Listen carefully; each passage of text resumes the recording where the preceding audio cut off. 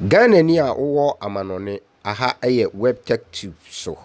tutorials a de bia ne da ye de brew no ene ye de travel certificate na eba na wo amanone ne se opese oba Ghana wo hia travel certificate a Ghana airports ene Ghana health service my akwanya say ye fill sa form we ni ensa kan travel certificate ansana ya je boarding pass enti ubako Google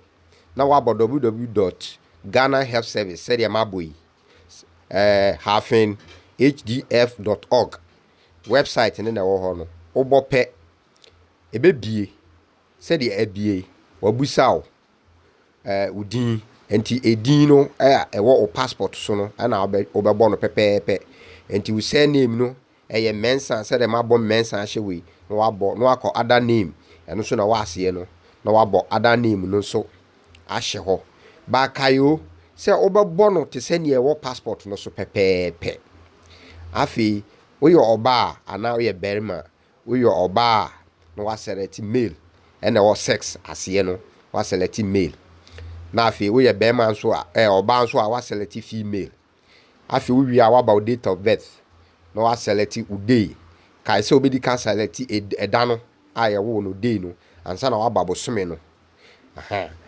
ufiri bosome na afi akọ yie no afi kora ye wo no ene wo ho no be hwehwemu akọ yiwudie tu hwehwemu ayudie a na wabo ahye ho kama nti we ye 4th May 1920 4th May 1920 nationality essence okuta Ghana passport nti we ye Ghana ni nti wo be hwehwemu a nkronkro no na didi so no ya hyehye na alphabetical order from A to Z nti wo be ko Ghana e woje ha said ye mikoi yes madu D na meko yi F J na makọ select me Ghana yedu J oho ye Gabon Gambia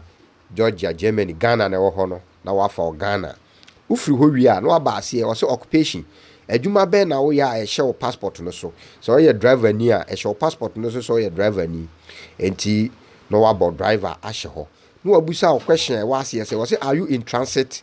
aeroplane na wafa na wo di ba fie no ebesi wo ba bi mo afa foforo ana ye direct say ye transitor na say so begina ba bi ana afa yes say ye director no afa no enti we mafa yes ekire say ye transit ana mafa enti transit ana mafa ana country a me free so e wo so kwakwahwehwe enti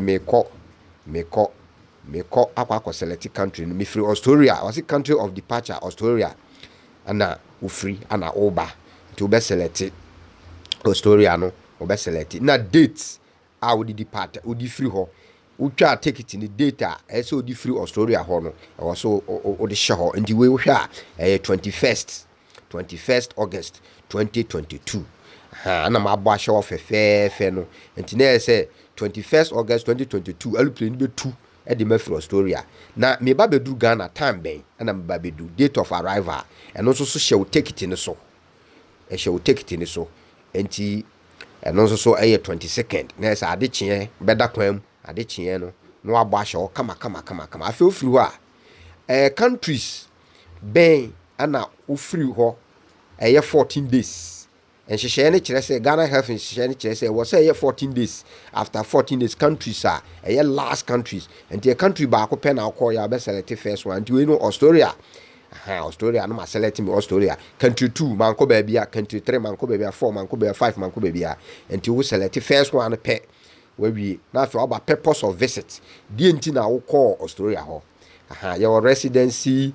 steady no ahwehwe ma ba we dey tourist enti wo be fa tourism what you say no abo ahye ho enti wo fa tourism e bo hye wo bo say airline kra wo fa ye no ticket no airline kra wo fa ye no airline bia wo airline code enti we offer Egypt Air near MS Egypt Air MS Kenya Airways KR sanete na Qatar so QR enti country bia airline bia woni de enti oba bebo flight vessel number essence Egypt Air MS enti no wo hwe o ticket no so a wo hun se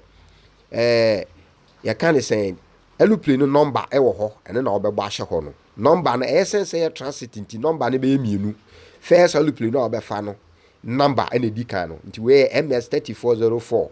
09 ana second aeroplane e do ba ba bi du Ghana no ye MS anti Egypt Air wahu ana me ye de ade red asan ase anti ticket bi obetwa bi e ho na obohu ticket number e ho na obohu aeroplane kro no number anti essence air transit nti be mienu sa pepepe no aba hye ho say in case you ticket ni seat number wo so a seat number no so ABC nti number 1 and number 1 ABC number 2 ABC ti we ni ticket number 45C nti your 45A 45B 45C sa na tie aeroplane no ticket number no na afi wa ba contact address in Ghana when number anase number be na Ghana ye fra a ye nsa be count no abo ahye ase contact address in Ghana uba be si wahifa ubesi ewo Kotoka International Airport no so take the ye twa no short ye fen ACC ye code no Ghana for code no ACC nti ubope ebeba na afa aba telephone number say in case say bibini a ye be frɛ Ghana ye nsa be count say ya obusuani o say ya hwan enti obo ne telephone number hye ho sisi ya we 0249153086 o say telephone number in Ghana afi no aba ase say number krona obesa repeat say nye number krona na number fofora eno so obebo ahye ho eno so ye telephone number e Ghana nti obobo numbers mienu ba ko betima repeat ana so obefa foforo na afi waba o say have you had close contact with sick persons or persons with fever, cough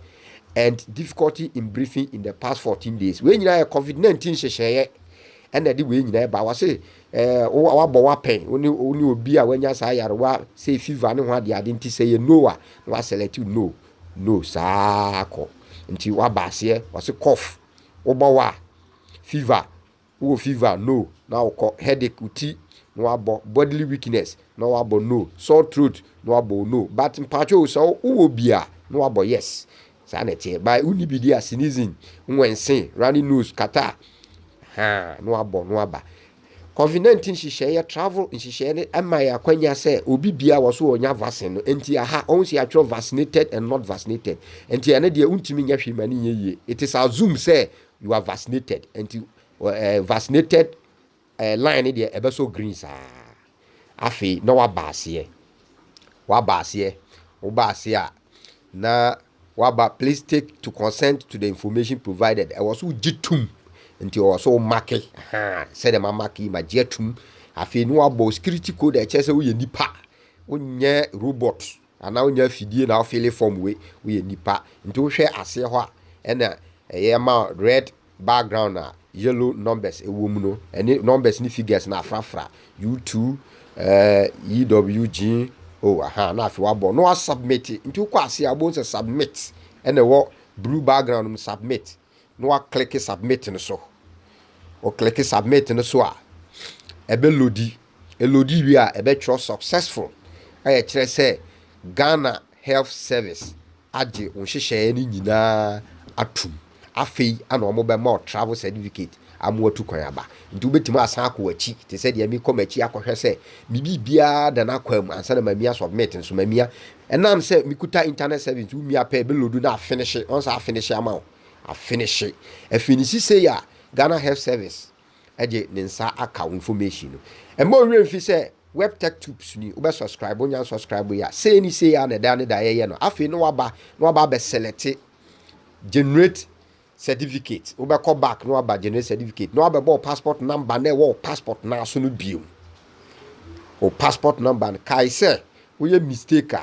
entimi generate two certificate ni ma fan fro aeroplane ana wo ni sa certificate we ya more boarding pass e ma wo ma baby bia wo bia subscribe web tech tube tutorials papa see ya na ekono enti wabo o passport number na wo passport no so no wabashim na afi wakọ date of birth aha no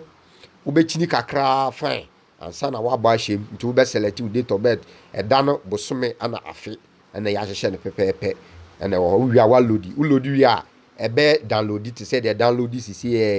download na afi folder na ebe download egum no ubakwa kobie ukubia say netie o travel certificate ana aba fe information nyina ewo so nti obetimi akọ back akọ bie no wo eye software ya udi bie betimi akọ back akọ hwehwe ya no why den folder na ekoto mu no na wo software ya eye udi bie no wa bie kama na wa hwe